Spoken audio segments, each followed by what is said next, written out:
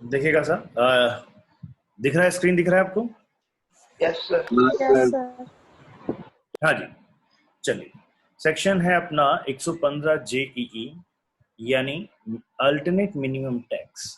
अब अगर मैं अल्टरनेट मिनिमम टैक्स की बात करूं बच्चा, तो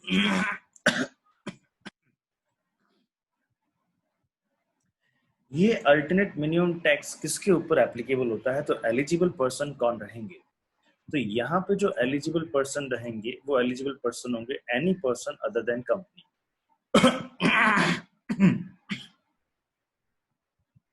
any person other than company, company के अलावा कोई भी हो, यानी कंपनी पे एप्लीकेबल नहीं होता है। तो कंपनी पे क्या कुछ ऐसा कोई एप्लीकेबिलिटी है नहीं क्या? यस, कंपनी पे है minimum alternate tax. Minimum alternate tax ये शुरू से हुआ करता था कंपनीज पे, ये कंपनीज पे शुरू से हुआ करता था।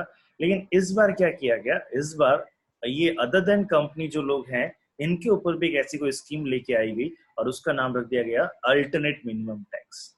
कंपनी के लिए मैट था और बाकी सब के लिए इंडिविजुअल एचयूएफ या बाकी सब के लिए अब क्या हो गया, एएमटी हो गया है। चलिए, सेक्शन किस पे एप्लीकेबल होता है? सबसे पहले ये सेक्शन किस पे एप्लीकेबल होता है भैया? ये सेक्शन एप्लीकेबल होता है यहाँ पे किस पे? Any person other than company, company के अलावा कोई भी पर्सन है उस पे ये एप्लीकेबल होता है। तो क्या सभी पे होता है या कुछ और अदर कंडीशन से एप्लीकेबल की? तो कुछ और कंडीशन से एप्लीकेबल की अगर मैं बात कहूँ यहाँ पे, तो some other conditions are there, और वो other conditions applicability conditions, following conditions. अब जो मैं फॉलोइंग कंडीशंस आपको बताने वाला हूँ, वो फॉलोइंग कंडीशंस, अगर वो फॉलोइंग कंडीशंस अप्लाई होती है किसी के बिजनेस में, अगर वो फॉलोइंग कंडीशंस अप्लाई होती है किसी के बिजनेस में, तो उसको लिए क्या लगेगा? सेक्शन 115 जेईई लगेगा और वो अल्टरनेट मिनिमम टैक्स के प्रीव्यू में आएगा। जरा देखें, पहला क्या है कि total income include section 35 AD या 10 एए या जेजेएए या 80 क्यूक्यूबी या 80 आरआरबी। देखिए, इसके अलावा भी सेक्शंस पे एप्लीकेबल होता है, लेकिन चूंकि हमारे सीए इंटर में यही सेक्शंस हैं तो हम अपना फोकस इसी पे रखेंगे। बाकी 80 आईए वगैरह उस पे भी एप्लीकेबल होता है, लेकिन उसके ऊपर हमने पढ़ाई नहीं, हमारे वो प्रीव्यू में है ही नहीं, कोर्स में है ही नहीं, तो हम इन सेक्शंस पे बात करेंगे। अच्छा, मैं कहने का मतलब क्या है कि जब आप टोटल इनकम कंप्यूट करते हैं, जब आप टोटल इनकम कंप्यूट कर रहे हैं, सपोज आप टोटल इनकम कंप्यूट करते हैं, टोटल इनकम कैसे कंप्यूट करते हैं भैया, आप जरा मुझे बताना। टोटल इनकम का मतलब क्या होता है? जीटीआई, जीटीआई में से क्या लेस करते हैं अपन? डिडक्शन लेस करते हैं। अच्छा, जीटीआई में क्या क्या आता है आपका? जीटीआई में सारे 5 हेड की इनकम आती है, जीटीआई में आपके सारे 5 हेड की इनकम आती है। अच्छा, उस 5 हेड में एक पीजीबीपी भी आता है और उस पीजीबीपी के अंदर सेक्शन 35 एडी भी आता है, अगर आपको पता हो तो। समझ में आया चीज? सेक्शन 35 एडी क्या होता है बेटा? सेक्शन 35 एडी होता है स्पेसिफाइड बिजनेस से रिलेटेड सेक्शन। सेक्शन 35 एडी याद है अपने को? बी पालन, स्टोरेज, होटल, यस सर। उस तरह के जो आपके सेगमेंट्स है, तो उसमें क्या होता था, अगर आप कैपिटल एक्सपेंडिचर कर रहे हो, अगर आप कैपिटल एक्सपेंडिचर कर रहे हो तो भी पूरा का पूरा capital expenditure as a revenue expenditure की तरह आपको अलाउ हो जाता था। Hope you understood. समझ में आया आपको ये? तो अगर आपकी टोटल इनकम है, बिजनेस इनकम है, और उसमें आपने सेक्शन 35 एडी का आपने क्या किया है? प्रयोग किया है, और 35 एडी को यूज में लिया है, प्रयोग किया है, तो आप क्या कर सकते हैं? अच्छा, तो एक कंडीशन है, तो आप पे अल्टरनेट मिनिमम टैक्स लग जाएगा। अच्छा, सेक्शन 10 ए, अगर आपने सेक्शन 10 ए किसका है साहब? कि सेक्शन 10 ए है, अगर आपने कोई यूनिट कहाँ पे एस्टेब्लिश किया है? एक्सपोर्ट स्पेशल इकोनॉमिक जोन में, अगर आपने एक, बताओ कौन सा था? कल एससीजेड पढ़ा था हमने। अगर हाँ। आपको यूनिट एससीजेड में एस्टेब्लिश किया है, तो एससीजेड में कोई यूनिट एस्टेब्लिश किया है, तो वो क्या आएगा आपका? तो उसमें भी अगर आपने उसकी एलिजिबिलिटी है तो भी आपका क्या आ जाएगा आपका? यहाँ पे अल्टरनेट मिनिमम टैक्स की एप्लीकेबिलिटी आ जाएगी। उसके बाद में क्या है, अगर आपका 80 क्यूक्यूबी, क्यूक्यूबी किसके लिए होता है आपका? Royalty, royalty income for the books. और आरआरबी किसके लिए होता है? Royalty income for the patent. अगर आपने इन सेक्शंस को यूज किया है, इन सेक्शंस के डिडक्शंस या इन सेक्शंस का बेनिफिट लिया है और पीजीबीपी का इनकम है, तो आपके लिए क्या रहेगा? आपके लिए अल्टरनेट मिनिमम टैक्स की एप्लीकेबिलिटी आ जाएगी। चलिए, क्या सिर्फ एक ही कंडीशन है क्या? नहीं साहब, इसके साथ में एक और कंडीशन है। इसके साथ में क्या है? एक और कंडीशन है, और वो कंडीशन क्या है? वह कंडीशन है। दूसरी एक और कंडीशन है कि आपका बिजनेस इनकम होना है, कुल मिला के क्या है, बिजनेस इनकम होना चाहिए, और बिजनेस इनकम में आपने इन सेक्शन का आपने बेनिफिट लिया हुआ है, बिजनेस इनकम में इन सेक्शन का आपने बेनिफिट लिया हुआ है। सेकंड क्या है, आपकी adjusted total income exceeds ₹20 lakh. अब ये एडजस्टेड टोटल इनकम क्या होती है, क्या कैसे निकालते हैं, थोड़ा सब्र करेंगे, अभी हम इसको भी डिस्कस करेंगे। लेकिन ये एडजस्टेड टोटल इनकम, ये जो रेगुलर इनकम निकालते हैं वो बात नहीं है, इसमें अलग से इसका कंप्यूटेशन हमें करना पड़ेगा। तो अगर आपका एडजस्टेड टोटल इनकम कितना एक्सीड करता है, 20 लाख से एक्सीड करता है, दोस्त मेरी बात समझिएगा। तो अगर मैं बात करूं तो तीन कंडीशंस हो गई कुल मिला के, अगर पहला पॉइंट और दूसरा पॉइंट को मिला के बात करें तो ये कुल मिला के क्या है, ये तीन कंडीशंस हो गई है। तीन कंडीशंस होती है तब जाके आपका अल्टरनेट मिनिमम टैक्स एप्लीकेबल हो जाता है, तब जाके आपका अल्टरनेट मिनिमम टैक्स आपका क्या हो जाता है, एप्लीकेबल हो जाता है। वो तीन कंडीशंस कौन सी है कि पर्सन क्या होना चाहिए, अदर देन कंपनी होना चाहिए, साथ ही साथ में उस पर्सन की टोटल इनकम में इन सब का कुछ, इनमें से किसी भी एक सेक्शन का बेनिफिट दे दिया जाना चाहिए, साथ ही साथ में इनमें से एक का बेनिफिट तो दे दिया, प्लस उसका जो एडजस्टेड टोटल इनकम है वह एडजस्टेड टोटल इनकम कितना होना चाहिए, एडजस्टेड टोटल इनकम कितना होना चाहिए बेटा, 20 लाख से ज्यादा होना चाहिए, एक्सीड ₹20 लाख। अब अगर ये तीनों चीजें एक साथ में होती है तो ही, अगर ये तीनों चीजें एक साथ में होती है तो ही हम क्या करेंगे, सेक्शन 115 जेईई यानी अल्टरनेट मिनिमम टैक्स को यूज में लेंगे, अल्टरनेट मिनिमम टैक्स का प्रयोग करेंगे। तो अगर मुझे बताइए कि अगर सपोज कोई कंपनी है और उसका, कंपनी ने क्या किया, सेक्शन 10 AA का बेनिफिट लिया, कंपनी ने सेक्शन 10 AA का बेनिफिट लिया और उसकी इनकम हो गई है 50 लाख, तो बताइए उस पे 115 जेईई एप्लीकेबल होगा या नहीं होगा? नहीं होगा सर। नहीं होगा सर। उस पे एप्लीकेबल नहीं होगा, क्यों? क्योंकि ये अदर देन कंपनी है। अदर देन कंपनी पे है, और मैंने जो एग्जांपल लिया उसमें मैंने आपको कंपनी का नाम लिया। अच्छा अच्छा, एक जो सपोज कीजिएगा ये अपना अरिहंत बाबू है, अरिहंत बाबू ने बिजनेस किया, स्पेसिफाइड बिजनेस किया है, लेकिन ये कहता है नहीं साहब मैं तो स्पेसिफाइड बिजनेस, इसका डिडक्शन लूंगा ही नहीं, सेक्शन 35 AD का डिडक्शन लूंगा ही नहीं साहब मैं तो, ठीक है। उसने नॉर्मल सब कुछ नॉर्मल किया, 35 AD का डिडक्शन लिया ही नहीं, और उसने अपनी इनकम कंप्यूट कर ली और उस पर टैक्स वगैरह था वो पे कर दिया, बताओ उस पर एप्लीकेबल होगा या नहीं होगा? एप्लीकेबल तो है सर, अब वो ले ना ले वो अवेल कौन सा नहीं, सेक्शन 115 एप्लीकेबल है या नहीं है? एप्लीकेबल तो है। नहीं एप्लीकेबल, कौन सा नहीं होगा? क्योंकि उसने, देखिए साहब मैंने क्या, टोटल इनकम के अंदर आपने उसका बेनिफिट लिया या नहीं लिया, तो 35 AD का बेनिफिट लिया ही नहीं तो हाँ जी। सो अगर सपोज कीजिएगा, अब स्पेसिफाइड इकोनॉमिक जोन में अगेन एक पार्टनरशिप फर्म है, स्पेसिफाइड इकोनॉमिक जोन में उसने क्या कर लिया, अपने आप को एस्टेब्लिश कर लिया है, और एस्टेब्लिश करने के बाद में उसने सेक्शन 10 AA का बेनिफिट नहीं लिया। एक्सपोर्ट याद है ना आपको, एक्सपोर्ट टर्नओवर, टोटल टर्नओवर कल अपने डिस्कस किया था कि एक्सपोर्ट टर्नओवर पे जो प्रॉफिट है उसको अपने नहीं लिया है, उसको उसने एग्जम्पशंस नहीं लिया और उसने पूरा टैक्स पे किया, बताओ होगा या नहीं होगा? नहीं होगा। नहीं होगा, क्योंकि उसने 10 AA का बेनिफिट नहीं लिया। चलिए, तो कुल मिला के आपको पता चला कि यहाँ पे तीनों कंडीशंस को साइमल्टेनियसली चेक करना है, ये तीनों कंडीशन एक साथ में चेक होगी तो आपका क्या रहेगा, बेटा, तो आपका सेक्शन 115 जेईई एप्लीकेबल हो जाएगा। अच्छा साहब, ये एप्लीकेबल हो गया, मान लिया किसी पे एप्लीकेबल है, तो इसका रिजल्ट क्या है, क्या करना क्या पड़ेगा, इस सेक्शन के अंदर लिखा क्या है? तो आइए अगर हम बात करें रिजल्ट क्या लिखा है, रिजल्ट में कुछ नहीं है, आपको क्या करना, टैक्स पेमेंट करते समय थोड़ा ध्यान रखना है। टैक्स पेमेंट करते समय सर क्या ध्यान रखना है, थोड़ा सा ध्यान रखना है बेटा कि आपको सबसे पहले तो क्या करना है, फर्स्ट स्टेप में तो क्या करना है कि आपको टैक्स नॉर्मल कंप्यूट करना है, tax on regular income at regular tax rate, जो नॉर्मल टैक्स रेट है, जो भी आपने बेनिफिट्स लिए हुए हैं उन सबका नॉर्मल टैक्स, जैसे हम सब कुछ नॉर्मल करते हैं, नॉर्मल जो कंप्यूटेशन होता है वो नॉर्मल कंप्यूटेशन करना है, नॉर्मल कंप्यूटेशन के ऊपर नॉर्मल टैक्स रेट का कैलकुलेशन करना है, नॉर्मल टैक्स रेट से आपका टैक्स निकालना है, और टैक्स का मतलब क्या है यहाँ पे, tax plus surcharge plus cess, tax plus surcharge plus cess. ये क्या कह रहा हूं मैं यहाँ पे, समझ में आया होगा आपको कि आपको क्या करना है, tax on regular income at regular tax rate, आपको नॉर्मल रेगुलर टैक्स रेट से टैक्स रेट निकाल, रेगुलर टैक्स रेट से आपको नॉर्मल रेगुलर टैक्स निकालना है, सरचार्ज सेस एप्लीकेबल होता है तो वो भी ऐड कर देना है। यानी कुल मिला के अगर मेरे पास में सपोज करो ये सेक्शन 15 जेईई नहीं है ही नहीं, भूल जाओ इसको, तो मुझे कितना टैक्स देना पड़ता, वह अमाउंट आप निकाल लो, फिर क्या निकालोगे साहब, दूसरा आपको निकालना है जो आपने एडजस्टेड जीटीआई बनाया है, tax on adjusted total income, tax on adjusted total income किस रेट से, ये फिक्स है भैया 18.5%, 18.5% के रेट से आपको टैक्स निकालना है। अच्छा, ये 18.5% कहाँ दे रखी है, ये एक नए सेक्शन में दे रखी है 115 जेसी, 115 जेसी नहीं है भैया, जेसी है, समझ में आई ना बात, 115 जेसी।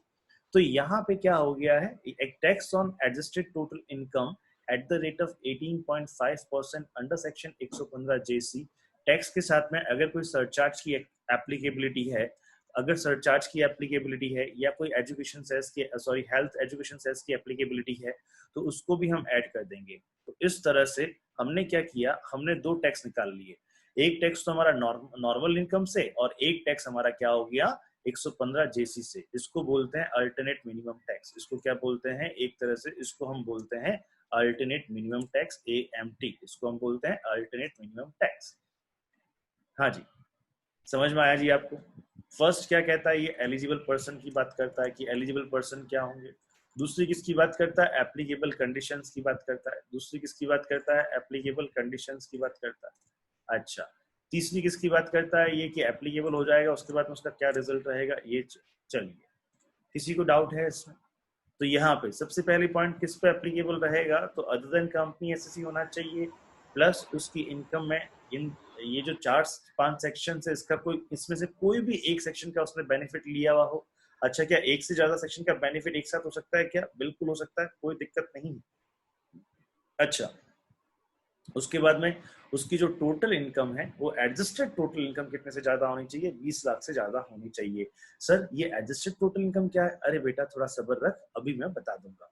चलिए, उसके बाद में सर ये हमने माना कि 115 जेईई एप्लीकेबल होता है, तो अब क्या होगा, तो उसमें क्या करना है बेटा आपका, कि आपको क्या करना है, पहले तो tax on regular income at regular tax rate, normal tax rate से आप टैक्स निकाल लो, जो भी आप भूल जाओ कि 115 जेईई आपके सामने है, आप भूल जाओ 115 जेईई आपके सामने है, एक नॉर्मल टैक्स रेट निकाल लीजिएगा। और उसके बाद में 115 जेसी में क्या करिएगा, यानी जो आपकी एडजस्टेड टोटल इनकम आई है उस पे 18.5% प्लस सरचार्ज प्लस सेस, उसके हिसाब से आप टैक्स रेट निकाल, उसके हिसाब से आप टैक्स का अमाउंट निकाल लीजिएगा। अब आपके पास में दो टैक्स के अमाउंट आ जाएंगे, अब आपके पास में दो टैक्स के अमाउंट आ जाएंगे। एक टैक्स का अमाउंट तो क्या आ गया आपका, एक टैक्स का अमाउंट तो आपका ऊपर आ गया साहब, एक टैक्स का अमाउंट तो आपका ऊपर आ गया और एक टैक्स का अमाउंट आपका नीचे आ गया। ये दो टैक्स अमाउंट आपके सामने आ जाएंगे, ये दो टैक्स अमाउंट आपके पास में आ जाएंगे, यानी ये रेगुलर टैक्स इनकम हो गया और ये क्या हो गया, टैक्स ऑन एडजस्टेड इनकम हो गया। ये दो कैलकुलेशन से दो अमाउंट आपके पास में आ गए। अच्छा, अब इसमें से पे कौन सा करना है, इसमें से पे कौन सा करना है, तो इन दोनों में से जो भी हाई है, इन दोनों में से जो भी हाई है मेरे भाई उसको पे करना है। इन दोनों में से जो भी हाई है, which ever is high whichever is high that need to pay by the SSC इन दोनों में से जो भी हाई है उसको पे करना है, whichever is high that need to pay by the SSC। hope you understood, समझ में आया होगा आपको, ये स्कीम समझ में आई अभी आपको? Yes sir. हाँ जी, Yes, sir. अब यहाँ पे बेटा जी क्या होगा बेटा, अब अपने Yes, sir. कैलकुलेट करना है, यस बच्चा, अब अपने को कैलकुलेट करना है एडजस्टेड टोटल इनकम कैसे कैलकुलेट होगी। नाउ मेरा नेक्स्ट पॉइंट है adjusted total income, how to calculate the adjusted total income. So in adjusted total income what we will do, यहाँ पे अपन बात करेंगे कि देखिए पहले जो हमारी नॉर्मल इनकम है, जो भी हमारी नॉर्मल इनकम है, नॉर्मल इनकम का मतलब क्या होता है कि जो भी हमने टोटल इनकम कंप्यूट की है, जो रेगुलर टोटल इनकम कंप्यूट की है, रेगुलर टोटल इनकम जो हमने कंप्यूट की है उसको हम निकालेंगे। तो total income calculate as in normal manner, भूल जाते हैं अगेन, भूल जाते हैं अगेन, भूल जाते हैं कि 115 जेईई है, कोई सेक्शन भी है, हम भूल गए उसको। पहले बार हमने कहाँ भूला था, पहले बार हम यहाँ भूल गए थे, यहाँ भी हम भूल गए थे कि 115 जेईई है, यहाँ पर भी हम भूल गए थे साहब, तो ये यहाँ पे हम भूल गए थे साहब। और दूसरी बार कहाँ भूलना है हमको, यहाँ पे भूलना है, दूसरी बार हमको यहाँ पे भूलना है कि 115 जेईई है, ये भूल जाइए। ये जैसे ही आप भूल जाते हैं, इसकी जो इनकम आती है वो हमने इनकम यहाँ पे देख ली कौन सी इनकम है, यानी आपने ये जो रेगुलर इनकम, जो आपका टैक्स ऑन रेगुलर इनकम, तो ये जो रेगुलर इनकम की बात कर रहा हूँ ना, ये रेगुलर इनकम ही है यहाँ पे, this is the regular income, this is the regular income, total income या regular income as in a normal manner. समझ में आया चीज? अच्छा, अब जो रेगुलर इनकम है, रेगुलर इनकम के अंदर क्या होता है कि इन सब का बेनिफिट दे रखा है, इन सब का बेनिफिट दे रखा है। तो ये जो भी बेनिफिट आपने लिया, इन सब के बेनिफिट को आपको वापस क्या करना पड़ेगा, एड बैक करना पड़ेगा। इन सब के बेनिफिट को आप वापस एड बैक कर दीजिएगा। Add following deduction exemption if claimed और डिडक्टेड, यानी आपने जो जो अगर इनमें से कोई भी बेनिफिट लिया है, आपने कोई भी बेनिफिट अगर आपने लिया है, तो उन सबको आप क्या अपने को क्या करना पड़ेगा, ऐड करना पड़ेगा। उन सबको क्या करना पड़ेगा, ऐड करना पड़ेगा। अच्छा, कौन कौन से बेनिफिट्स हो सकते हैं आपके पास में, तो क्या क्या बेनिफिट्स हो सकता है आपके पास में, देखिए साहब अगर हम यहाँ पे बात कहें तो इसमें क्या बोला गया कि add following deduction exemption if claimed और deducted in above total income calculated in normal manner. मतलब क्या है कि जो भी डिडक्शंस है, यानी डिडक्शंस कौन कौन से डिडक्शंस या एग्जम्पशंस आपने लिए होंगे, ये 1 2 3 4 5, अगर इसमें से कोई भी आपने लिया है, इसमें से कोई भी आपने लिया है, तो उसको वापस आप क्या कर दीजिएगा, एड बैक कर दीजिएगा, इसको वापस आप एड बैक कर दीजिएगा। तो आइए कौन कौन सा हो सकता है साहब इसमें, सबसे पहले क्या हो सकता है, जैसे सेक्शन 10A का डिडक्शन ले लिया आपने। अब ये सेक्शन 10A का बेनिफिट क्या कहता है कि this is profit related to export turnover का बेनिफिट है जो आपने लिया हुआ है, तो उसको हम वापस क्या करेंगे, उसको हम वापस ऐड बैक कर देंगे, उसको हम वापस क्या कर देंगे साहब, ऐड बैक कर देंगे।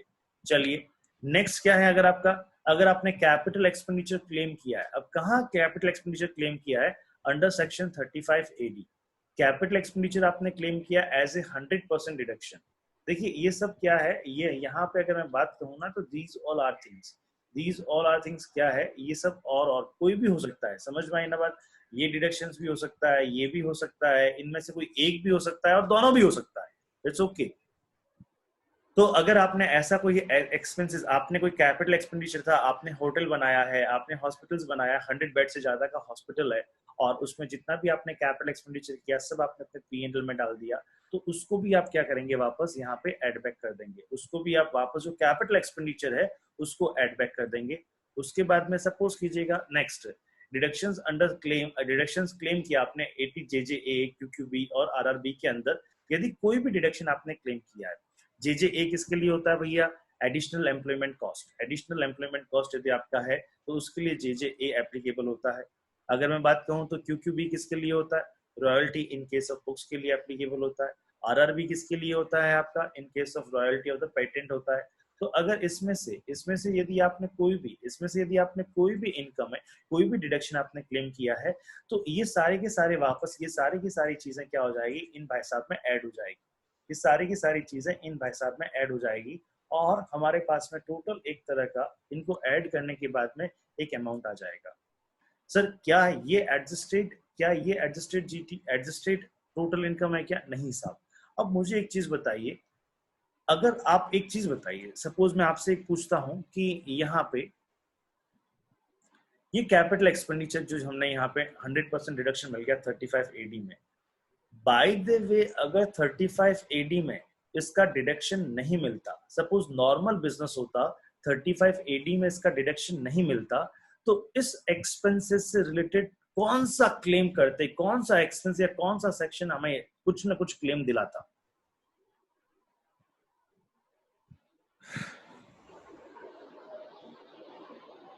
मेरा क्वेश्चन आपसे है कि जो कैपिटल एक्सपेंडिचर है, हाँ जी क्लास में आवाज आई थिंक सबको जा रही होगी, आवाज आ रही है ना सर। तो मेरा क्वेश्चन आपसे ये है बेटा, मेरा क्वेश्चन आपसे ये है कि ये जो कैपिटल एक्सपेंडिचर है जो हमने यहाँ पे क्लेम किया, by the way section 35AD नहीं होता।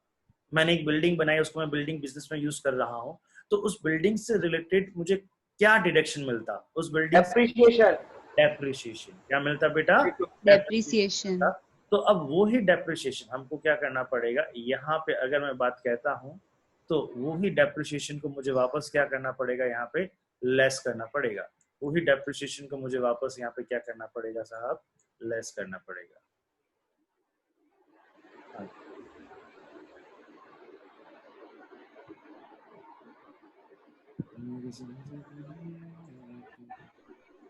सर ऊपर टोटल इनकम में तो हुआ होगा ना लेस, कहाँ पे ऊपर। एक चीज बताइए, मुझे एक चीज बताइए, सपोज कीजिएगा बच्चा आपको आपने 350 लाख रुपए की कोई बिल्डिंग बनाई, 350 लाख की कोई बिल्डिंग बनाई है, राइट। अब इनकम टैक्स कहता है कि आपको 100% डिडक्शन दे दिया जाता है, और इस पे टैक्स रेट है आपकी, सपोज कीजिएगा इस पे जो आपका डेप्रिसिएशन रेट है वो 15% है, तो बताओ आप सेक्शन 35D लेना, AD लेना पसंद करोगे या एडी 30 से? तो उसमें से 30, हाँ पूरा पूरा लेस हाँ किया, यस ठीक है ना? तो ये पूरा पूरा जो लेस किया उस पूरे पूरे को वापस हमने क्या कर दिया यहाँ पे, ऐड, हमने वापस ऐड कर दिया, तो इसका इम्पैक्ट नलिफाई कर दिया हमने, यस सर, इसका इम्पैक्ट नलिफाई कर दिया। तो अब इसमें से अपने को लेस करना पड़ेगा, इसमें से अपने को क्या लेस करना पड़ेगा, यहाँ पे अगर मैं बात करूँ लेस डेप्रिसिएशन अंडर सेक्शन 32, अच्छा डेप्रिसिएशन जो लेस करना पड़ेगा यहाँ पे, अगर अपन बात करें जो भी अपन बात करते हैं यहाँ पे, हाँ जी दे देना आप फीस निकाल के, डेप्रिसिएशन जो लेस करना पड़ेगा यहाँ पे, ओहो क्यों, अच्छा तो 5 रहेगा बात, अब मैं बात करता हूँ, ठीक है हाँ जी। सो अब अगर मैं बात कहता हूँ यहाँ पे डेप्रिसिएशन को हम यहाँ पे करें, सो इन दिस केस यहाँ पे डेप्रिसिएशन लेस होगा, less depreciation,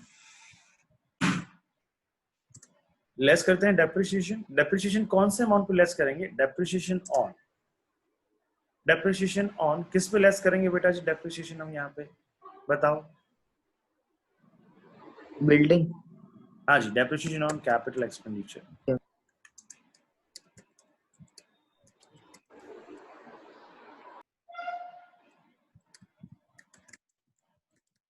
which has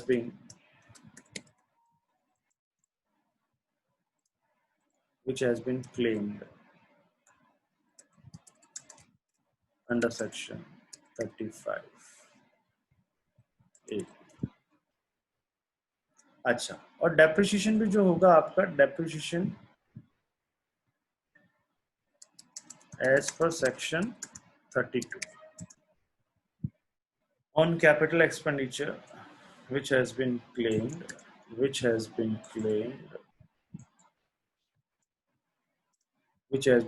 under section 35AD। हाँ जी, सो यहाँ पे डेप्रिसिएशन क्लेम हो जाएगा, यहाँ पे जो भी आपका डेप्रिसिएशन आता है उस डेप्रिसिएशन को हम क्या कर देंगे यहाँ पे लेस कर देंगे, और डेप्रिसिएशन लेस करने के बाद में तो जो सेक्शन 35AD में क्लेम हुआ है उतना ही डेप्रिसिएशन इसमें क्लेम होगा उसी अमाउंट पे, यानी अब यहाँ पे सपोज कीजिएगा 350 लाख को आपने यहाँ पे ऐड किया, तो 350 लाख का अगर 15% डेप्रिसिएशन होता है 350 लाख का 15% यहाँ पे लेस कर देंगे, ठीक है।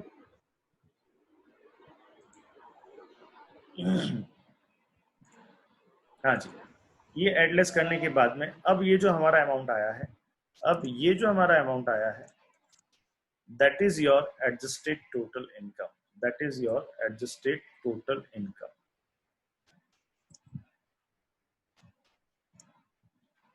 ये आपकी एडजस्टेड टोटल इनकम है। होप यू अंडरस्टूड, समझ में आया जी ये? अभी Yes, sir. Yes, sir.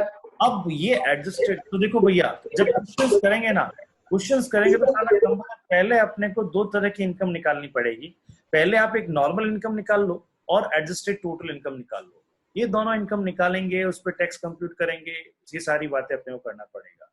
तो सेक्शन 115 जेईई एप्लीकेबल होता है या नहीं होता है तब तक पता नहीं चलेगा जब तक कि हम एडजस्टेड टोटल इनकम नहीं निकाल लेते हैं। तो एडजस्टेड टोटल इनकम कैसे निकली आपको समझ में आया?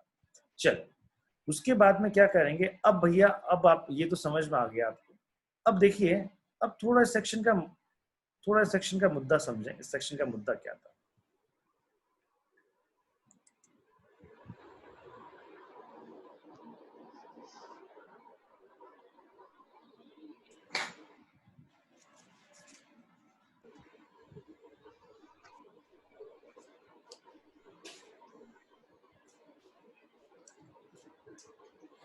हाँ जी, इस सेक्शन का मुद्दा क्या था साहब, थोड़ा समझेंगे। देखिए हो क्या रहा था, सपोज कीजिएगा नॉर्मल टैक्स रेट या नॉर्मल इनकम पे नॉर्मल टैक्स रेट के हिसाब से आपका टैक्स आया 45,000, मान लेते हैं 45,000 आया, और ये जो AMT है आपका, ये AMT कितना आया, AMT आया आपका 55,000। ये सेक्शन क्यों लेके आए, ये सेक्शन गवर्नमेंट ने बोला यार कि अगर इस कंडीशन में गवर्नमेंट ने बोला कि अगर आपका AMT के अकॉर्डिंगली एएमटी के अकॉर्डिंग यदि आपका टैक्स ज्यादा बनता है तो आपको थोड़ा टैक्स ज्यादा देना पड़ेगा, थोड़ा टैक्स ज्यादा देना पड़ेगा। तो बताइए यहाँ पे कितना टैक्स ज्यादा दिया भैया हमने? 10,000। ज्यादा दिया। तो हम गवर्नमेंट से कहते हैं भगवान जी फिर अगर आपने क्या किया, एक तरफ तो ये नॉर्मल प्रोविजन बना दिए जिसमें आपने सेक्शन 10A का डिडक्शन भी दे दिया, ये सारे डिडक्शन दे दिए। ये सारे डिडक्शन को देख के हमने अपना बिजनेस लगा लिया, हमने अपना बिजनेस लगाया और हमारी अब टैक्स कम बनता है। तो अब आप ये कहते हो कि नहीं नहीं साहब, आपको तो क्या करना पड़ेगा, आपको तो इसके अकॉर्डिंग टैक्स देना पड़ेगा। इसके अकॉर्डिंग का मतलब क्या हो गया? अगर मैं एएमटी की बात करता हूँ तो इसका मतलब क्या हो गया बेटा कि मुझे इन सब का सेक्शन का बेनिफिट मिला या नहीं मिला? Yes sir. नहीं मिला। नहीं मिला भैया। यस सर कहाँ नहीं मिला। से मिला? नहीं मिला, वापस ऐड कर देना। एएमटी में टैक्स आप किस पे दे रहे हो? एएमटी में आप टैक्स दे रहे हो, टैक्स ऑन किस पे दे रहे हो भैया? एडजस्टेड टोटल इनकम पे दे रहे हो। एएमटी में जो टैक्स जा रहा है आपका एटीआई पे जा रहा है, और एटीआई कैसे निकल रहा है आपका? एटीआई साला कम वक्त कैसे निकल रहा है? इस जितना भी आपका जो भी आपने एग्जम्पशन वगैरह लिया था सब आपने क्या कर दिया? वापस एड बैक कर दिया। इनकम में सब वाला आपने वापस एड बैक कर दिया। तो एड बैक कर दिया, इसका मतलब क्या हो गया कि ये सारा का सारा जो एग्जम्पशन था वो सारा का सारा एग्जम्पशन डिडक्शन आपने क्या कर दिया? वापस ले लिया। तो इसमें किसी भी प्रकार का डिडक्शन तो दिया ही नहीं आपने। समझ में आया ये बात? Yes sir. हाँ जी हर्ष, समझ में आया ये? Yes sir. तो एएमटी के अंदर इसका मत तो फिर एसएससी ने कहा कि भैया ये क्या, आप क्या मजाक कर रहे हैं क्या? पहले तो आपने कह दिया कि ये सारे डिडक्शंस मिलेंगे, आप इसके अकॉर्डिंग कीजिएगा, स्पेसिफाइड है, इसको प्रमोट करते हैं, ये फलाना ढिमकाना, आपने सारी बातें की। हम एससीजेड लगाते हैं, क्या एससीजेड नाम के लिए लगाया क्या आपने? और आपने टैक्स ले लिया हमसे 10,000 टैक्स ज्यादा ले लिया हमने। तो गवर्नमेंट कहता है चिंता ना करें, ये जो 10,000 टैक्स हमने ज्यादा लिया है ना, इसको एक हम नया नाम दे देंगे, और इसका एक नया नाम क्या हो जाएगा? इसका एक नया नाम हो जाएगा टैक्स क्रेडिट। इसका एक नया नाम हो जाएगा टैक्स क्रेडिट। एक मिनट समझना, कोई ना बोले, टैक्स क्रेडिट। हाँ जी, क्या ले लो? हाँ जी, टैक्स क्रेडिट। तो ये तेरा वो, चल ठीक है, बाद में बात करता हूँ, बैठ जा। हाँ, फॉर्म का क्या हुआ? लाओ, क्या यहीं बैठ गया? Tax credit. तो अगर मैं बात कहता हूं यहाँ पे टैक्स क्रेडिट, तो बेटा यहाँ पे टैक्स क्रेडिट कितना है? मुझे एक चीज बताइए, हाउ मच टैक्स क्रेडिट? 10,000। अब ये टैक्स क्रेडिट का मतलब क्या? तो कहते हैं भाई साहब, अभी आपने ये किया, अभी आपने ईयर 1 में सपोज कीजिएगा, ईयर 1 अगर मैं बात कहता हूँ ईयर 1 का टैक्स क्रेडिट, ईयर 1 में आपने नॉर्मल टैक्स के हिसाब से आपका टैक्स बनता था 45,000, और एडिशनल और एएमटी के हिसाब से बनता था 55,000। अब आपने क्या किया? 55,000 आपने पे कर दिया। आपने क्या कर दिया? 55,000 पे कर दिया। ओके, सपोज करो मैं ईयर 2 की बात करता हूँ। अब ईयर 2 में क्या होगा कि ये टैक्स क्रेडिट आपको ईयर 2 में मिल जाएगा। अगर सपोज ईयर 2 में सिचुएशन दूसरी रहती है, ईयर 2 में क्या रहती है आपकी सिचुएशन? रिवर्स सिचुएशन रहती है। रिवर्स सिचुएशन का मतलब क्या हो गया कि अगर आपको अब ईयर 2 के अंदर हम क्या करेंगे, अगर आपका सपोज कीजिएगा इसका रिवर्स सिचुएशन रहता है, और अगर ईयर 2 में भी आपको सपोज कीजिए कि 15,000 रुपया एक्सेस पे करना पड़ रहा है, ईयर 2 में 15,000 रुपया आपको एक्सेस पे, अब मैं बात करूं नॉर्मल टैक्स रेट से हिसाब से आपको सपोज 55,000 पे करना पड़ता है, 55,000 पे करना पड़ता है। और इसके हिसाब से एएमटी के हिसाब से आपको कितना पे करना पड़ रहा है? 50,000 पे करना पड़ रहा है। सपोज ये कैलकुलेशन आ गई, तो वो कहता है विच एवर इज हाई कितना पे करना पड़ेगा यहाँ पे अपने आपको? 55,000 पे करना पड़ेगा। लेकिन इस 55,000 में से आपको 55,000 में से आपको 5,000, चलिए इसको मैं पहले दूसरा कहता हूँ, यहाँ 75,000 है, सपोज कीजिएगा 75,000 है। तो विच एवरेज हाई का मतलब क्या होता है? विच एवरेज हाई का मतलब क्या होता है भैया? 75,000 पे करना पड़ेगा। तो अब बेटा जी 75,000 आपको पे करना पड़ेगा।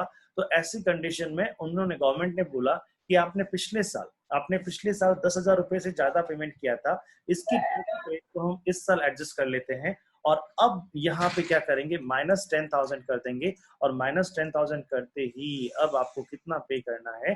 अब आपको इस साल 65,000 ही पे करना है। बताओ मेरी ये बात समझ में आई या नहीं आई? Yes sir. कुल मिला के किसी भी साल में आप एएमटी से कम पे नहीं करोगे, ध्यान रखना, एएमटी से कम पे नहीं करोगे। ये तो आपको अल्टरनेट मिनिमम टैक्स है, इतना टैक्स तो मिनिमम पे ही करना है।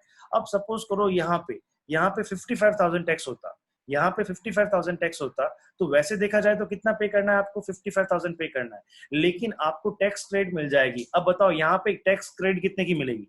5,000। वेरी गुड, 5,000 की मिलेगी। यहाँ पे टैक्स क्रेडिट कितने की मिलेगी? 5,000 की मिलेगी, और आपको 50,000 आपको पे करना है। मतलब कुल मिला के एटलीस्ट आपको अल्टरनेट मिनिमम टैक्स जितना तो पे करना ही करना है, एएमटी जितना तो पे करना ही है। हाँ, इसके ओवर एंड अबव होता है तो आप टैक्स क्रेडिट को एडजस्ट कर सकते हो, तो स्टैम्प क्रेडिट को हम एएमटी के लिए भी यूज कर सकते हैं, जैसे एएमटी आएगा। नहीं, फिर मतलब क्या है, एएमटी के लिए कहाँ से यूज करते हैं? सर हाँ सर ये 5,000 नहीं समझ में आई। 5,000 नहीं समझ में आई। अब भैया ये कहता है इन दोनों में से विच एवर इज हायर कितना है? 55,000। समझ में आया? यहाँ तक तो समझ में आया? हाँ।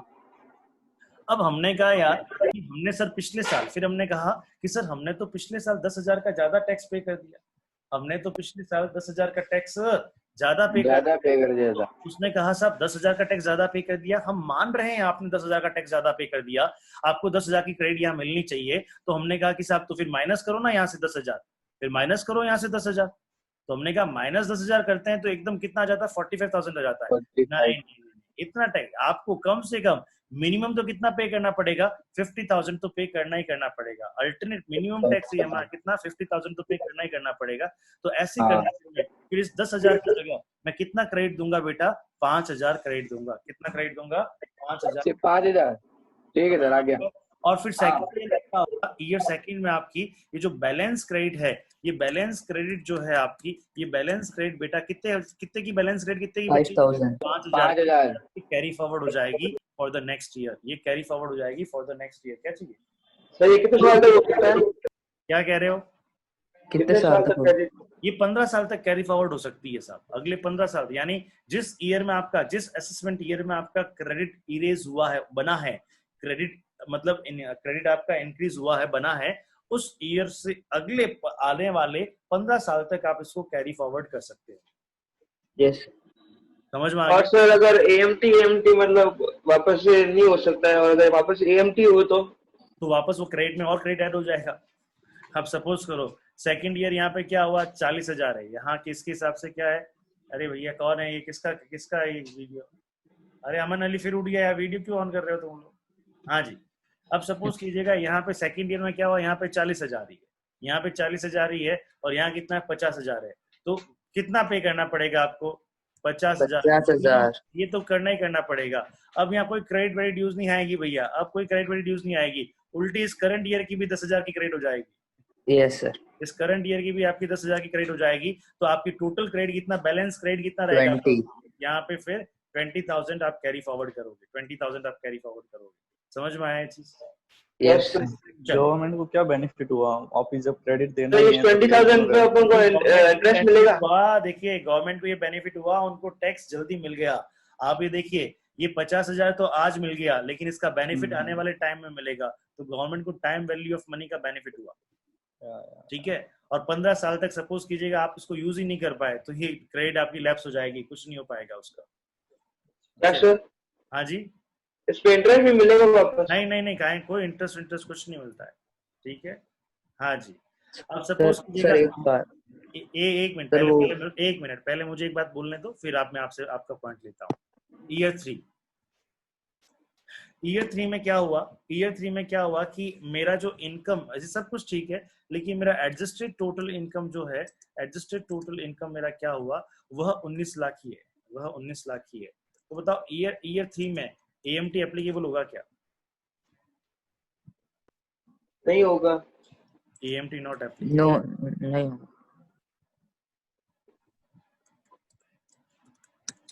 एएमटी एप्लीकेबल ही नहीं है। अब ये एएमटी एप्लीकेबल नहीं है, तो ईयर 3 का जो टैक्स बना, मान लो ईयर 3 का जो टैक्स बना, वह टैक्स बना है मेरा 70,000 का। कितने का बना है आपका? 70,000 का। समझ में आ रही है बात? अच्छा, क्या यहाँ पे एएमटी एप्लीकेबिलिटी हो रही है क्या? नहीं। एएमटी कुछ देखना है क्या? अगर एएमटी वगैरह नहीं है तो अब क्या हो गया? ये नॉर्मल टैक्स रेट से बना है आपका टैक्स कितना? ये नॉर्मल टैक्स रेट बना है आपका, एज पर द एनटीआर बना है आपका। समझ में आ रहा है? नॉर्मल टैक्स रेट बना आपका कितना 70,000, ठीक है। अच्छा, अब इसमें से कितना लेस कर देंगे बेटा? अब इसमें से लेस जो ऑलरेडी अपनी क्रेडिट कितनी है, अपनी क्रेडिट 20,000 20,000 की, तो ये 20,000 इसमें से क्या हो जाएगा आपका बेटा? लेस हो जाएगा। और लेस होने के बाद में आपका जो बैलेंस अमाउंट है 50,000 आपको पे करना पड़ेगा। बात मेरी समझ में आती है नहीं आती? यस एएमटी की क्रेडिट उस साल में भी मिल सकती है जिस साल एएमटी एप्लीकेबल नहीं हो रहा हो, तो भी आप एएमटी का क्रेडिट यूज कर सकते हो। इस पे कोई रेस्ट्रिक्शन नहीं है। होप यू अंडरस्टूड, आपको ये समझ में आया होगा। Yes sir. हाँ जी, चलिए। Any doubt in this? AMT का क्रेडिट का मतलब, एएमटी का क्रेडिट समझ में आया आपको? सर हाँ जी, जैसे कि अभी एएमटी का क्रेडिट पड़ा है 90,000 ठीक है। और एएमटी एप्लीकेबल नहीं हो रहा इस साल। कुछ देना ही नहीं है, पूरा 70,000 यूज। नहीं नहीं सर, लेकिन टैक्स है वो 70,000 बन रहा है एनटीआर, हाँ, तो 20,000 वापस रिटर्न मिलेगा? नहीं बेटा, 20,000 कैरी फॉरवर्ड हो जाएगा। एएमटी तो कैरी फॉरवर्ड होगा? एएमटी की क्रेडिट का कभी भी रिफंड नहीं मिलेगा। ये आपका या तो एडजस्ट हो जाएगा टैक्स में, या फिर आपका लैप्स हो जाएगा। Okay sir. No tax credit, no refund, no refund for AMT. हाँ जी, समझ में आया? यस यस सर, आ गया।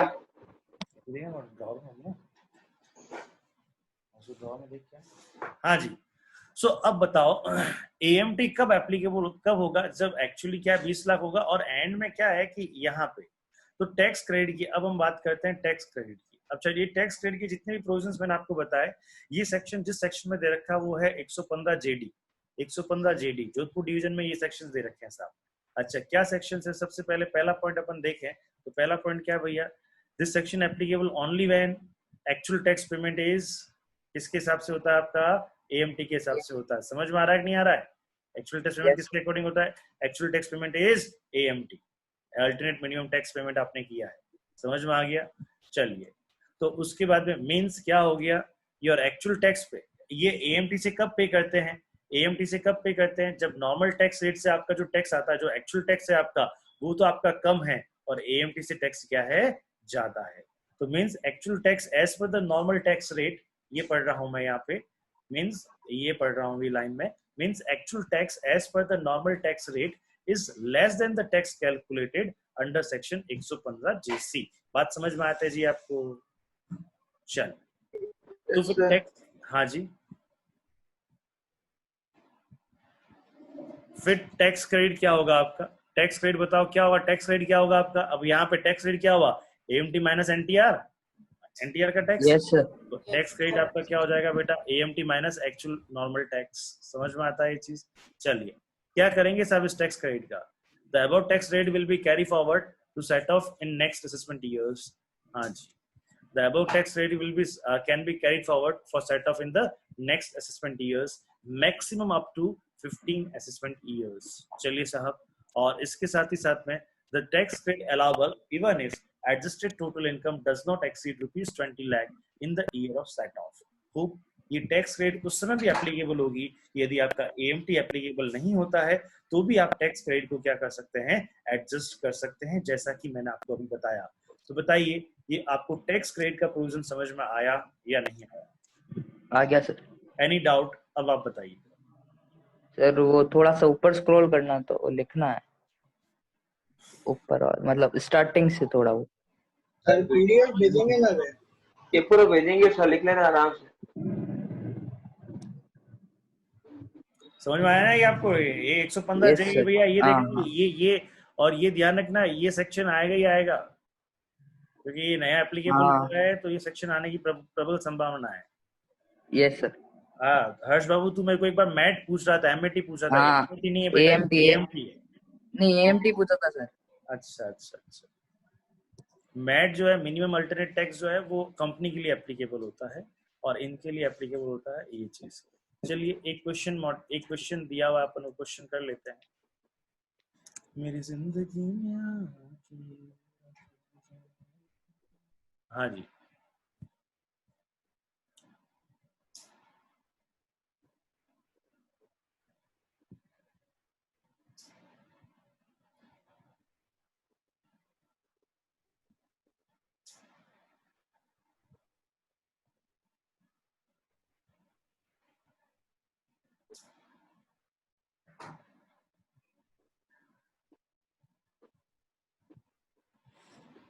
हाँ, ये question number 11, question number 11 question number 11 है जो आपकी स्क्रीन पे है, क्वेश्चन नंबर 11।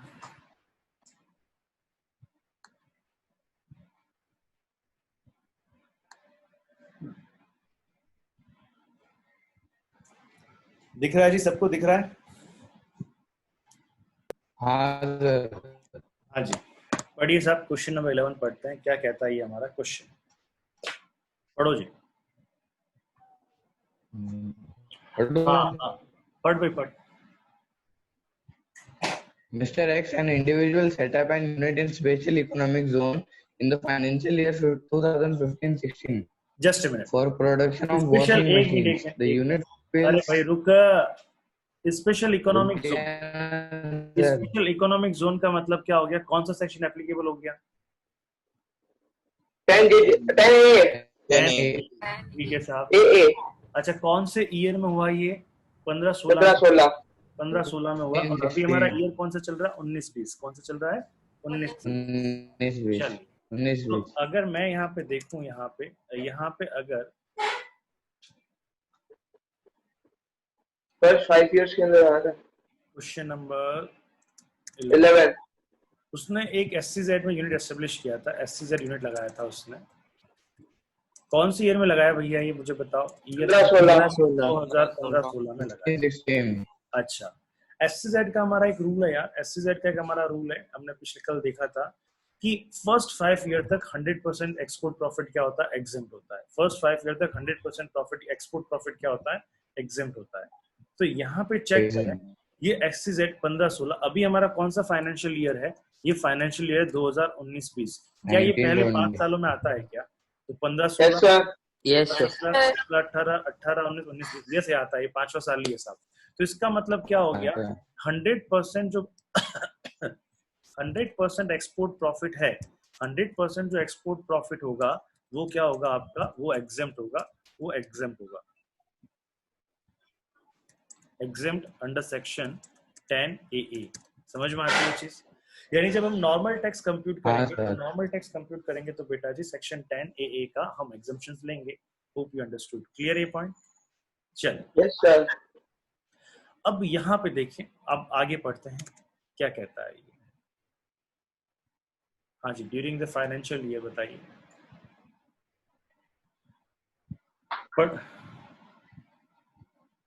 पढ़ भाई अरियन, पढ़ इसको। Financial year 2018-19, he has also set up a warehousing facility in a district of Tamil Nadu for storage of agriculture produce. Okay, तो यहाँ पे एग्रीकल्चर 25 प्रोड्यूस AD। का भी उसने क्या किया है? एग्रीकल्चर प्रोड्यूस को भी उसने क्या किया है? यहाँ पे लगा दिया है। समझ में आ गई बात? हाँ, एग्रीकल्चर प्रोड्यूस भी उसने लगाया है। ओके, अच्छा, एग्रीकल्चर प्रोड्यूस कब लगाया उसने? कब बनाया, कब उसने एग्रीकल्चर प्रोड्यूस के स्टोरेज के लिए जो भी हम काम करते हैं, कौन सा सेक्शन में आता है? 35 AD में। अच्छा, स्टोरेज, वो जो स्टोरेज फैसिलिटी है, गोडाउन है, कब बनाया उसने? ड्यूरिंग द प्रीवियस, कब बनाया? 18-19 में बनाया, 2018। चलिए, अब 2018-19 में बनाया उन्होंने। उसके बाद में क्या है? He has also set up A warehouse facility in A district of, ठीक है चलिए, उस पे कैपिटल एक्सपेंडिचर किया। कितना कैपिटल एक्सपेंडिचर किया? 75 लाख। 75 लाख। यहाँ पे कैपिटल एक्सपेंडिचर है, कैपिटल एक्सपेंडिचर। अब टोटल कैपिटल एक्सपेंडिचर कितना है साहब आपके पास में? 75 लाख। ओके, 75 लाख। लैंड का है 10 lakh, including cost of land. तो तुम्हारा लॉ का एग्जाम नहीं हुआ क्या? नहीं थी लॉ की क्लास। लैंड का कॉस्ट क्या है आपका? लैंड का कॉस्ट कितना है आपका? 10 लाख। लैंड का कॉस्ट कितना है? 10 लाख। ये 10 लाख उस ऊपर 75 में शामिल है क्या? हाँ जी। तो फिर मैं अदर देन लैंड बात कर देता हूँ यहाँ पे, अदर देन लैंड, ये अदर्स की बात कर देता हूँ मैं यहाँ पे, इसको मैं 65 कर देता हूँ, 65 लाख। समझ में आता है ये? Yes sir. अच्छा, The warehouse become operational with effect from 1st April 2019। लो साहब, ये भले ही आपने एक्सपेंस उस समय कर लिया होगा, लेकिन ये एक्सपेंस आपने पिछले साल किया, लेकिन वेयरहाउस इफेक्टिव कब रहा आपका? कौन से इफेक्ट, कब से शुरू किया आपने? फाइनेंशियल ईयर, यानी आपने ये जो वेयरहाउस का बिजनेस है, वेयरहाउस का बिजनेस है जो आपने, वेयरहाउस का बिजनेस जो है आपने ये बिजनेस स्टार्ट डेट क्या है आपकी इसकी? 1st April 2019. दैट इज 1 अप्रैल 2019। यानी इसका मतलब क्या हो गया, सेक्शन 35 AD का जो आप डिडक्शंस लेंगे, सेक्शन 35 AD का डिडक्शंस लेंगे कौन सी ईयर में लेंगे? वो कौन सी ईयर में लेंगे, 1819 में या 1920 में? 1920 1920 में। 1920 में। तो ये यहाँ पे डिडक्शंस लेंगे।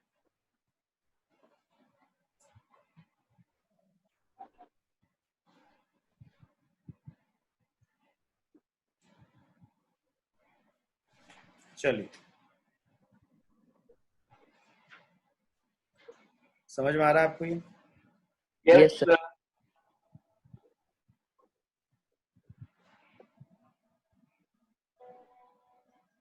एक मिनट।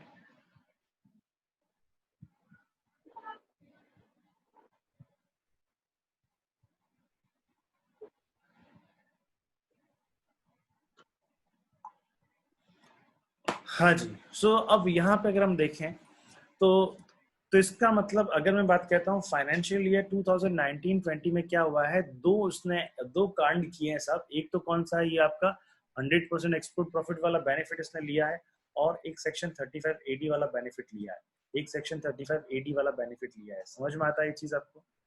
Hope you understand. अच्छा, सेक्शन 35 AD का बेनिफिट कितना लिया होगा बताओ, 65 या 10 या 75? 65 65, गुड। 65 लाख लिया होगा। क्यों? क्योंकि लैंड का यहाँ पे कैपिटल एग्जेम्पशंस नहीं मिलता है, लैंड का 100% कैपिटल का डिडक्शन नहीं मिलता है, और लैंड पे डेप्रिसिएशन भी एप्लीकेबल होता है क्या? नहीं साहब। No sir. चल अब देखें, उसके बाद में उसने बोला कि रिलेवेंट डिटेल क्या है साहब उसकी, नीचे पढ़ो भैया, रिलेवेंट डिटेल क्या है? पढ़ यहाँ से, हर्ष पढ़ यहाँ से, पढ़। Profit of unit located in shares. हाँ पढ़ना। 40 lakh. Export sale of above unit 80 lakh. Domestic sale of above unit 20 lakhs. Profit from operation of warehousing facility before considering deduction under section 35 AD 1 crore 5 lakh. Compute income tax including AMT under section 115 JC payable by Mr. J for assessment year 2020-21. चलिए साहब, तो सबसे पहले अगर मैं बात कहता हूँ मेरा टोटल प्रॉफिट अगर बात करें एक्सपोर्ट से कितना भैया लगता है? तो यहाँ पे JE होगा या JC आता है? अरे यहाँ पे रेट जो दे रखी है वो जेसी में दे रखी है, ये देखो। Yes sir. तो JC लिखेंगे अपन। हाँ ये देखो, ये यहाँ ये तो चार्जिंग सेक्शन है। ये रहा जेसी है। Okay sir, yes sir. हाँ जी, चलिए।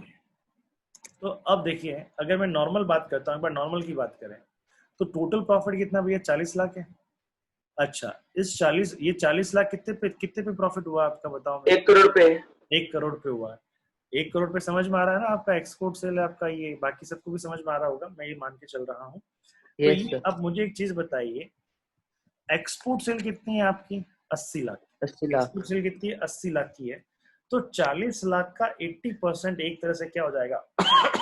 सेक्शन 10A हो जाएगा। आया समझ में? एग्जाम। यस सर, एग्जाम हो जाएगा। हाँ, तो ये देखो, ये यहाँ पे ये 40 लाख है, इसमें से डिडक्शन अंडर सेक्शन 10AA ये 32 लाख। ये समझ में आया कि नहीं आया? आ गया सर। क्लियर है? और ये 8 लाख आपका क्या हो गया? 8 लाख आपका ये नॉर्मल इनकम हो गया। समझ में आता है चीज? चल, अब सेक्शन 35 AD में कितना? 1 करोड़ 5 लाख है। 1 करोड़ 5 लाख है, इसमें से हमें किसका बेनिफिट देना पड़ेगा बताओ? इसमें से वो 65 लाख का बेनिफिट देना पड़ेगा। तो देखो, 1 करोड़ 5 लाख में मैंने कितने का बेनिफिट दिया? 65 लाख का बेनिफिट दिया, तो ये 40 लाख आ गया। ये 40 लाख और ये 8 लाख दोनों को मिला के कितना हो गया? 48 लाख मेरा टोटल इनकम हो गया। ये बताओ नॉर्मल टोटल इनकम है या एडजस्टेड टोटल इनकम है? Normal total. ये मेरा नॉर्मल टोटल इनकम आ गया। होप यू अंडरस्टूड, आपको समझ में आ गया? आया समझ में आया ये चीज? Yes sir. इस नॉर्मल टोटल इनकम पे मैंने टैक्स कंप्यूट किया, 48 लाख पे मैंने टैक्स कंप्यूट किया, ये मेरा टैक्स कंप्यूटेशन आ गया। वही फर्स्ट आपका क्या है, ये कौन बंदा कौन था ये आपका? पहले देखिए, मिस्टर एक्स है। तो फर्स्ट लाख पे नील, और वही। हाँ जी सर, इसमें कॉस्ट ऑफ लैंड 10 लाख का तो कुछ किया ही नहीं। सेक्शन 35 एडी में कॉस्ट ऑफ लैंड का बेनिफिट मिलता ही नहीं है। हाँ। सेक्शन 35 एडी में other than cost of land का ही मिलता है। ठीक है, okay sir, thank you. Okay thank you. हाँ जी, ये तो हमने नॉर्मल टेक्स्ट सब हमने बात कर ली कि भैया नॉर्मल है, सब कुछ ठीक ठाक है, ओके फाइन। अब आप मुझे बताइए साहब, यहाँ पे हम बात करें तो अब मुझे क्या कैलकुलेट करना है? Adjusted total income. क्या कैलकुलेट करना है? Adjusted total income. तो एडजस्टेड टोटल इनकम में मैं क्या करूंगा, ये जो नॉर्मल टोटल इनकम उठाऊंगा, इसको उठाऊंगा और इसमें वापस क्या ऐड बैक कर दूंगा मैं। देखो मैंने यहाँ रिडक्शन 32 लाख और वो 32 लाख ऐड कर दूंगा और ये कितना ऐड 65 लाख 65 लाख ऐड कर दूंगा। समझ में आया चीज? Yes yes sir sir. और लेस क्या कर दूंगा?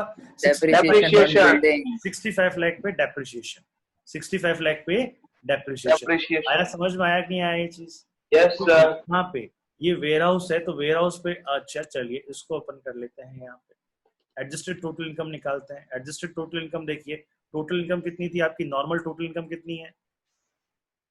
यहाँ ऊपर ये है ना अपने पास में 40।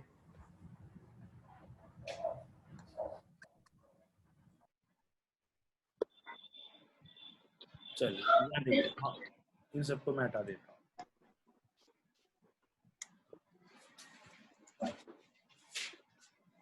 हाँ जी,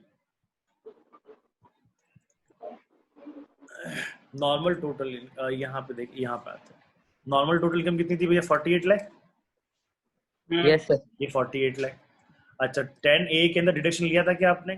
32 लाख। 32 लाख को ऐड कर देंगे। अच्छा क्या 35 AD में डिडक्शन लिया था क्या? Yes sir. 65 लाख। चलिए क्या यहाँ पे कुछ था क्या आपका? नो। चलिए तो टोटल ऐड करते हैं अपन यहाँ पे 1,45 लाख।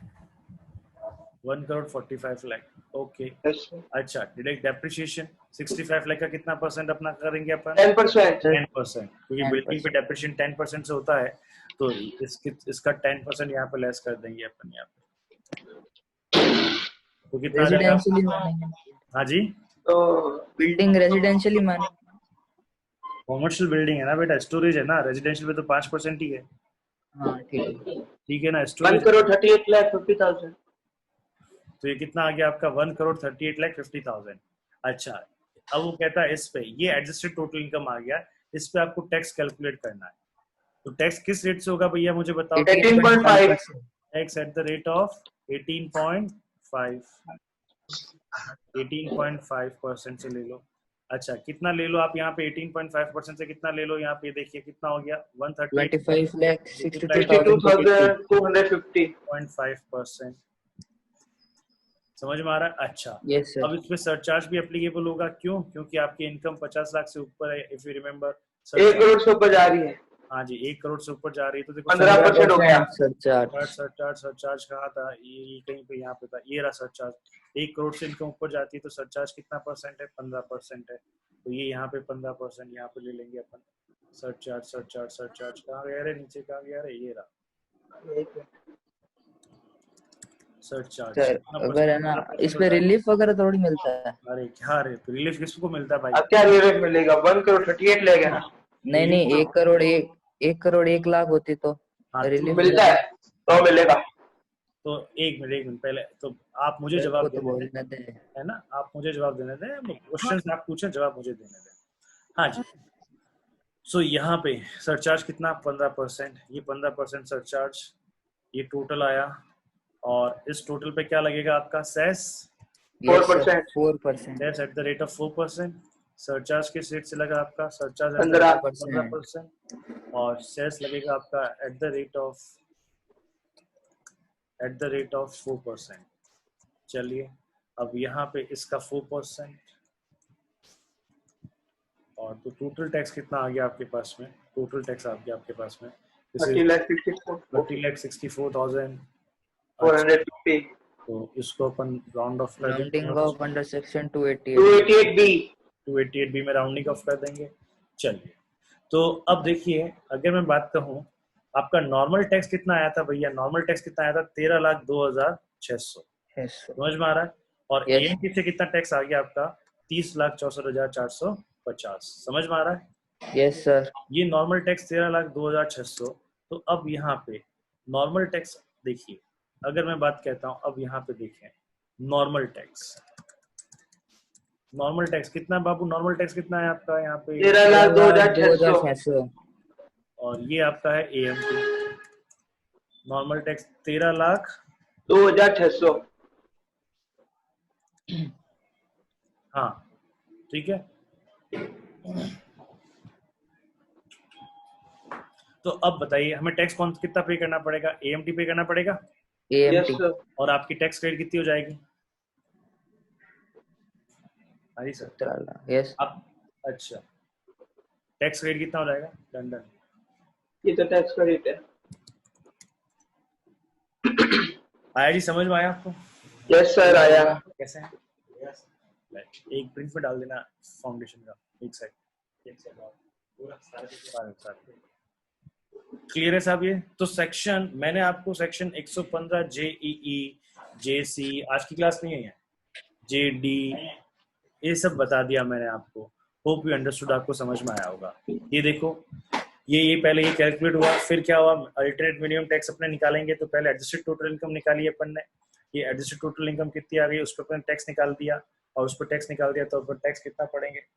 हाँ, टैक्स कितना पड़ लिखेंगे? ये AMT क्रेडिट कितनी हो जाएगी? ये रही आपकी AMT क्रेडिट, आपकी ये हो जाएगी। समझ में आया ये चीज? Yes sir. So this is all about. हाँ, रिलीफ का आपने बताया नहीं, मिलेगा क्या? रिलीफ कहाँ पे? जैसे अगर 1 करोड़ 1 लाख हुई इनकम तो मिलेगा AMT पे? बेटा AMT रिलीफ एक्चुअली क्या होता है, यहाँ पे अगर हम देखें AMT के अंदर किसी भी तरह का कोई भी रिलीफ किस पे होता है? नॉर्मल टैक्स रेट पे होता है। रिलीफ किस पे होता है? नॉर्मल टैक्स रेट पे होता है। तो वो सिर्फ नॉर्मल टैक्स रेट के अंदर ही रिलीफ होता है। यहाँ पे किसी भी तरह का कोई भी रिलीफ नहीं पाया जाएगा। समझ में आ गई ये बात? चलो सर, ये महंगा पड़ता है। क्योंकि क्या होता है, देखो समझो, रिलीफ क्या है, क्योंकि इस पे जितना भी आपने एक्स्ट्रा टैक्स दिया है उस पूरे एक्स्ट्रा टैक्स की गवर्नमेंट क्रेडिट दे रही है ना आपको। हाँ। उस पूरे टैक्स की गवर्नमेंट आगे क्रेडिट दे रही है आपको, तो इसमें रिलीफ लेने की जरूरत ही नहीं है। समझ में आ रही है बात? गवर्नमेंट कह रही है जब भैया पूरा टैक्स क्रेडिट हम आगे दे रहे हैं तेरे को काहे को रिलीफ? समझ में आया? हाँ। चल, होप आप सबको ये पॉइंट समझ में आया होगा, और इस तरह से ये आपका नया वाला सेक्शन समाप्त होता है। चलिए, किसी को कोई डाउट है इसमें? No sir. हाँ जी, ये है साहब आपका सेक्शन 115 JE। मैंने इसको पहले, हाँ जी, कुछ डाउट इसमें? No sir. Sir yes. तो जो आपने क्वेश्चन कराया ना उसमें जो टैक्स लायबिलिटी आई ना वो कैसे आई? 13,02,600। 13 लाख ये? हाँ। ये तुम कंप्यूट करो, ये कंप्यूट करो इस पे। ये तुम्हारा जो ये 48 लाख इनकम पे। ये जो तुम्हारी ये इनकम है, ये 48 लाख की इनकम है। इस 40 लाख 8 की इनकम पे कंप्यूट करो। देखो ये 48 लाख है तुम्हारा, इनकम कितना है? 48 लाख। 30 लाख। तो इसमें क्या हो जाएगा? अगर मैं बात कहता हूँ यहाँ पे, अरे भाई चलना, इस पे क्या हो जाएगा? ये फर्स्ट 2.5 लाख, फर्स्ट 2.5 लाख पे तो क्या हो जाएगा आपका? नील। नील। उसमें से कितना चला गया आपका? माइनस 2,50,000 चला गया। अच्छा, उसके बाद में क्या हो जाएगा आपका? नेक्स्ट 12,500। 5%।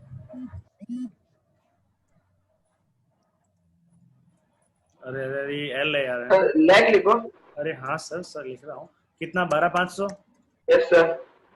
तो इसमें से फिर क्या चला गया? 250 चला गया आपका। चलिए, फिर अब क्या है 5 आपके लाख। पास में? नेक्स्ट 5 लाख पे कितना परसेंट है? 20%। अरे 1 लाख। नेक्स्ट 5 लाख पे कितना परसेंट है? 20% है ना। हम समझ जाएंगे, आप लिख दो। Yes sir. कितना हो जाएगा? 1 लाख। हाँ। हाँ जी, एक बालिका नहीं आई यार। बैलेंस 38 लाख पे हाँ, 30%। इसका ले लिया है, फीस भी जमा करा दिया। हाँ, फिर नेक्स्ट जो है आपका, नेक्स्ट क्या है आपके पास में? यहाँ पे अगर देखूं तो बैलेंस कितना आपके पास? 38 लाख।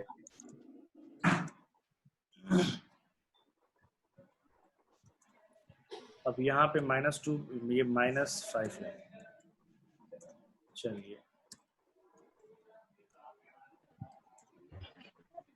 38 लाख में कितना परसेंट होगा आपका? 30%, 11,40,000।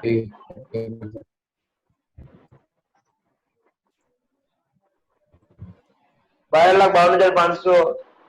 ठीक है, एड सेल्स सेस 4%. 50,100।